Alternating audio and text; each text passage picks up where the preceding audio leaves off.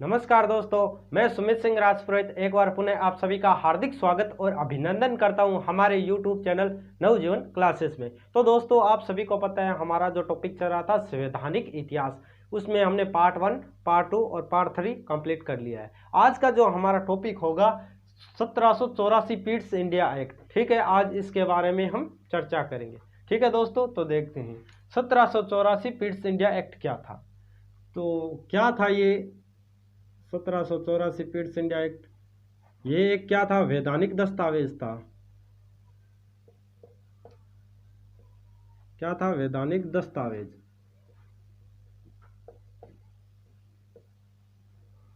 वैधानिक दस्तावेज था। ठीक है, वैधानिक दस्तावेज क्या होता है अभी? यानी भारत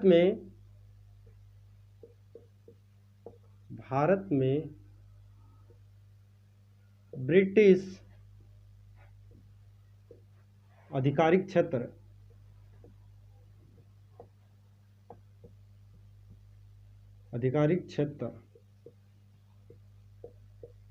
यानी 1784 पीट्स इंडिया एक्ट क्या था? एक वैधानिक दस्तावेज था। दोस्तों, वैधानिक दस्तावेज क्या होता है? भारत में ब्रिटिश आधिकारिक क्षेत्र, यानी जो भारत में ब्रिटिश आधिकारिक क्षेत्र था वही क्या था? वैधानिक दस्तावेज था। ठीक है दोस्तों, आपको पता है जब ईस्ट इंडिया कंपनी की स्थापना हुई थी ब्रिटेन में, तो उसका मुख्य उद्देश्य क्या था? व्यापार करना। ठीक है, और भारत में वह किस उद्देश्य से आई थी? व्यापार करने के उद्देश्य से आई थी। लेकिन अब क्या हुआ कि जो ईस्ट इंडिया कंपनी व्यापार करने के साथ साथ क्या करने लगी? राजनीतिक भी करने लगी। तो इनके जो कार्यों में हम दो भागों में डिवाइड कर सकते हैं। किनको? कार्यों को दो भागों में डिवाइड कर सकते हैं। पहला व्यापारिक कार्य, दूसरा राजनीतिक कार्य।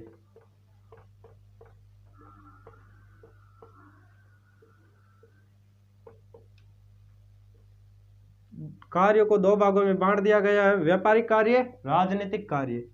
जो व्यापारिक कार्य थे उसको संचालन कौन करता था? तो उसके लिए बनाया गया था बोर्ड ऑफ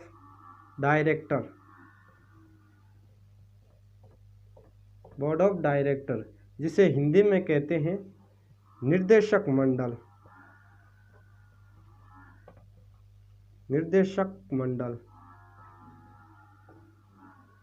और इसके संचालन कौन करता था? राजनीतिक कार्यों को। तो इसके लिए बनाया गया था बोर्ड ऑफ कंट्रोल, हिंदी में इसे कहते हैं नियंत्रण बोर्ड।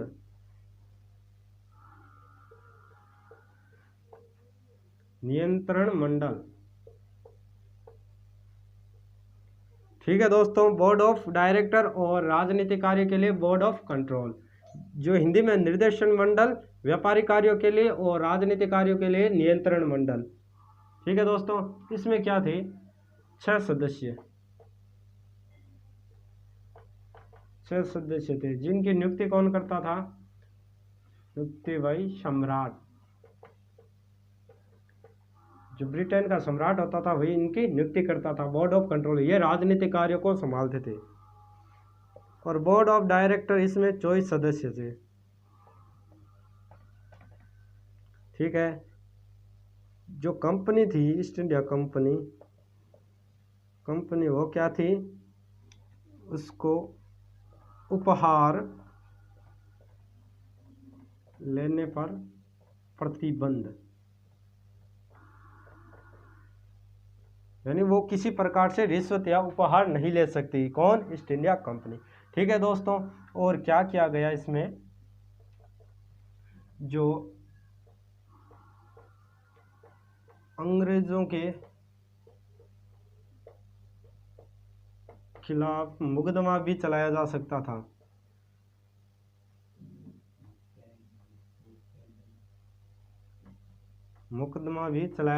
था। जिसके लिए क्या खोली गई? प्रिवी काउंसिल का निर्माण किया गया। ठीक है दोस्तों, ये मुकदमा के लिए प्रिवी काउंसिलिंग का निर्माण किया गया।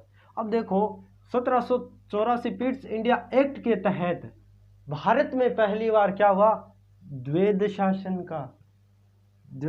का प्रारंभ किया गया। मैं यहां लिखता हूं, भारत में पहली बार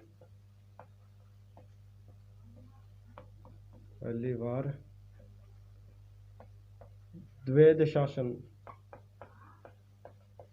भारत में पहली बार द्वैध शासन कब लगाया गया, 1784 पिट्स इंडिया एक्ट के तहत। क्योंकि अब देखो राजनीतिक कार्य व्यापारिक कार्य यानी दो भागों में बांट दिया गया। यानी भारत में पहली बार द्वैध शासन कब लागू किया गया, 1784 पिट्स इंडिया एक्ट के तहत। अगर दोस्तों आपको यहाँ ये पूछे कि प्रांतों में द्वैध शासन कब लगा, तो देखना प्रांतों में द्वैध शासन,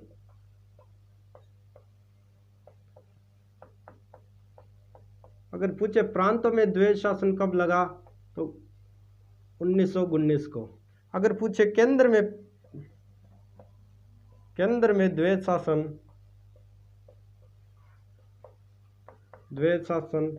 कब लगा तो 1935 भारत शासन अधिनियम के तहत।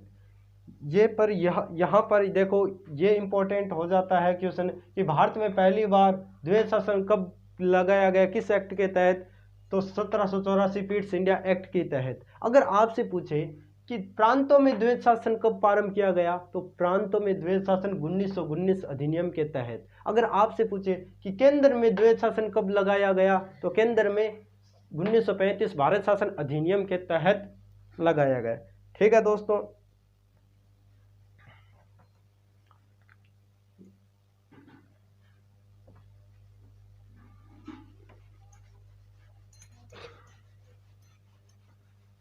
मैं ये रफ कर रहा हूँ।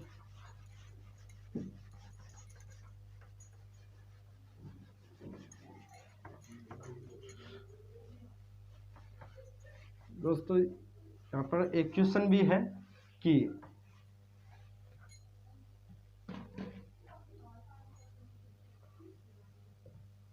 विश्व में द्वैध शासन का जनक। ठीक है, और एक क्वेश्चन पूछा जाता है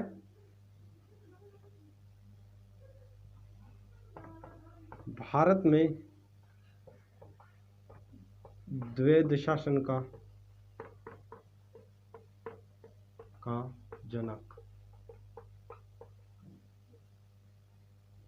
विश्व में द्वैध शासन का जनक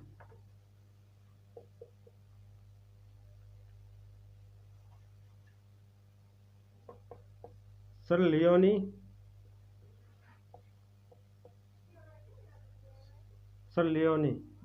और भारत में द्वैध शासन का जनक तो कौन है, अपना विलियम पिट्स।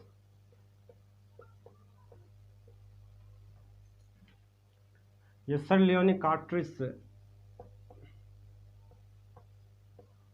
तो विश्व में द्वैध शासन का जनक किसे माना जाता है, सर लियोनी कार्टेरिस को। भारत में द्वैध शासन का जनक किसे माना जाता है, विलियम पिट्स को। ठीक है दोस्तों, इसके बाद हम एक नया एक्ट देखते हैं।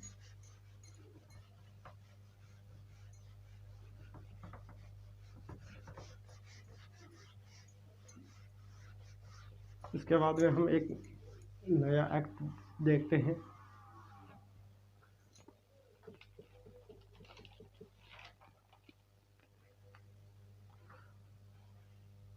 सत्रह का चार्टर एक्ट। ठीक है दोस्तों, तो दोस्तों अब देखते हैं 1793 का चार्टर एक्ट। ठीक है दोस्तों, इसमें क्या हुआ कि जो ईस्ट इंडिया के जो क्या थे कर्मचारी थे,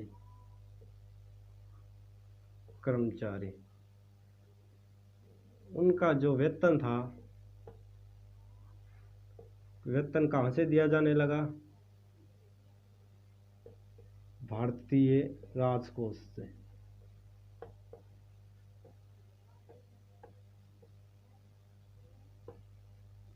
यानी 1793 का चार्टर आया, उसमें जो ईस्ट इंडिया कंपनी के कर्मचारी थे उसको वेतन कहाँ से दिया जाने लगा? भारतीय राजकोष से।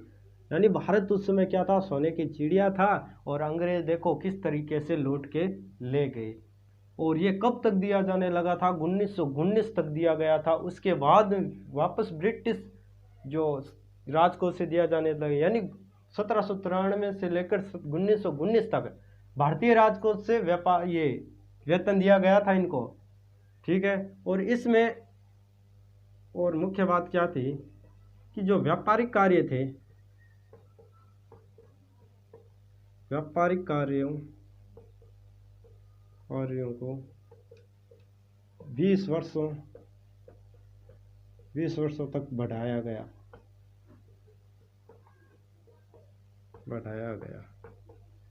ठीक है दोस्तों, जो कंपनी के व्यापारिक कार्य थे उनको 20 वर्ष तक बढ़ा दिया गया कि चलो बाहर तो हमारा गुलाम है, अगले 20 साल तक आप और मजे करो। ठीक है दोस्तों। और जो था गवर्नर जनरल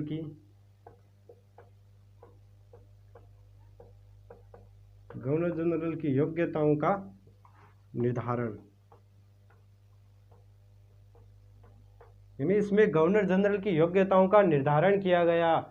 यानी पहले तो क्या होता था कि गवर्नर जनरल किसी को भी बना दिया जाता था, अब क्या हो गया? जो योग्यतावान होगा, जो जिसके पास योग्यता होगी उसे ही गवर्नर जनरल बनाया जाएगा। यानी ये 1793 का ये चार्टर है, एकदम छोटा सा चार्टर है।